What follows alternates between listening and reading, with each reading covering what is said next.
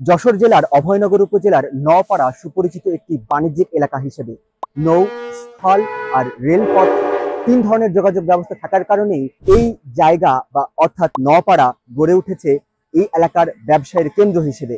আর তাই তো মজার ছলে কেউ কেউ একে বলে থাকেন যশোরের বাণিজ্যিক রাজধানী। আজকের আয়োজনে থাকছে নওপাড়া নৌবন্দরের মাধ্যমে হাজার কোটি টাকা বাণিজ্যের গল্প। সড়ক, রেল এবং নদীপথে ভালো যোগাযোগ ব্যবস্থা থাকার কারণে গত শতাব্দীর ৯০-এর দশকের শুরুতে নওপাড়ায় ব্যাপক প্রসার ঘটে সার, খাদ্যশস্য এবং সিমেন্ট ব্যবসার। নওপাড়া পরিণত হয় দেশের অন্যতম বড় বিপণন কেন্দ্র হিসেবে। নওপাড়ায় ত্রিমুখী যোগাযোগ ব্যবস্থা থাকার কারণে এই অঞ্চলের বাণিজ্যিক সম্ভাবনা দেখার পর ২০০৪ সালের এপ্রিলে ভৈরব নদকে কেন্দ্র করে এই এলাকায় নৌবন্দরের ঘোষণা দেওয়া হয়। ২০০৭ সালের মে মাস থেকে শুরু হয় নওপাড়ায় নৌবন্দর স্থাপনের কার্যক্রম। ভৈরব নদের চেঙ্গুটিয়া থেকে ভাটপাড়া ফেরিঘাট পর্যন্ত প্রায় ১২.৫ কিলোমিটার দীর্ঘ সীমানা নির্ধারণ করা হয় নদীবন্দরটির। আমদানি করা সার ও খাদ্যশস্য চট্টগ্রাম ও মংলা বন্দরে বড় জাহাজ থেকে খালাস করার পর তা ছোট বার্জ ও কার্গোতে করে নদীপথে নওপাড়া বন্দরে নিয়ে আসা হয়। ভৈরব নদে প্রতিদিন অর্ধশতাধিক বার্জ ও কার্গো থেকে মাল উঠানো নামানো করা হয়। এছাড়া ভারত থেকে স্থলপথে যেই সব মালামাল বাংলাদেশে আসে তার অধিকাংশই দর্শনা হয়ে রেলের ওয়াগনের মাধ্যমে নওপাড়ায় নিয়ে আসা হয়। এসব পণ্য সড়ক ও নদীপথে দেশের বিভিন্ন অঞ্চলে পাঠিয়ে দেওয়া হয়। নূরবাগের কাছে নওপাড়া ঘাট পরিদর্শনকালে আমাদের সাথে ছিলেন প্রথম আলোর যশোর জেলা প্রতিনিধি জনাব মাসুদ আলম। চলেন তার থেকে জেনে নিই আরো কিছু তথ্য। এই নওপাড়া ভৈরবনাথকে কেন্দ্র করে নওপাড়া আস্তে আস্তে বড় হয়েছে এবং এই নওপাড়ায় প্রতি বছর ২৫ থেকে ৩০,০০০ কোটি টাকার ব্যবসা এখানে চলে। বিদেশ থেকে আমদানি করা এসব দ্রব্য ট্রাকে করে দেশের বিভিন্ন স্থানে নেওয়া হয়। প্রতিদিন নওপাড়া থেকে প্রায় ১,০০০ থেকে ১,৫০০ ট্রাক এই পণ্য নিয়ে দেশের বিভিন্ন স্থানে যায়। ভৈরব নদের ঘাটে প্রায় ৫০,০০০ লোক প্রতিদিন কাজ করে। আশেপাশের সাতক্ষীরা, খুলনা, বাগেরহাট, নড়াইল, ঝিনেদা থেকে লোকজন এখানে আসেন কাজ করতে। এখানে ১২ মাস কাল কাজ চলে।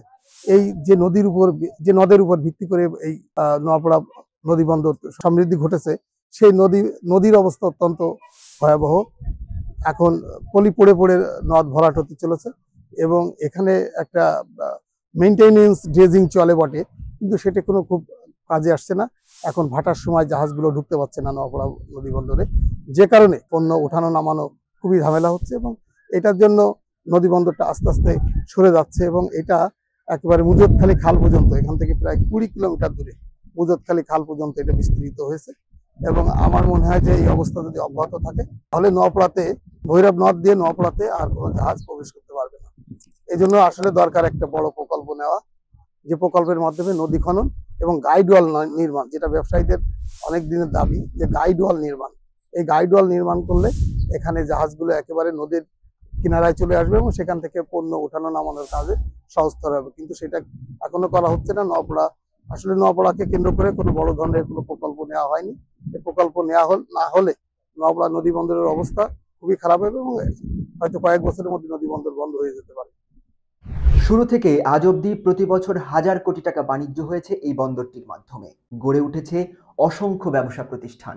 প্রতি বছরই এই বন্দরে জাহাজে পণ্য আমদানির হার বেড়েছে। ২০২৩ সালের অগাস্টের এক প্রতিবেদনে জানা যায় ২০২২-২৩ অর্থ বছরে এই বন্দরের মাধ্যমে পণ্য আমদানির হার বিগত বছরগুলোর তুলনায় অনেক বেশি। সে বছর ১,৫৮৪টি জাহাজে পণ্য এসেছে ৬,৯২,৩১৩ মেট্রিক টন, যা থেকে সরকার রাজস্ব আয় করেছে ২,৪২,২২,৮৭৫ টাকা।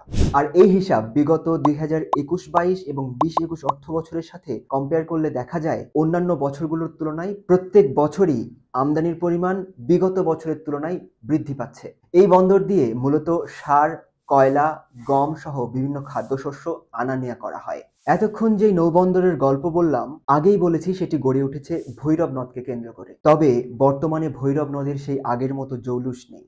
তলদেশে পলি জমে ভরাট হতে শুরু করেছে।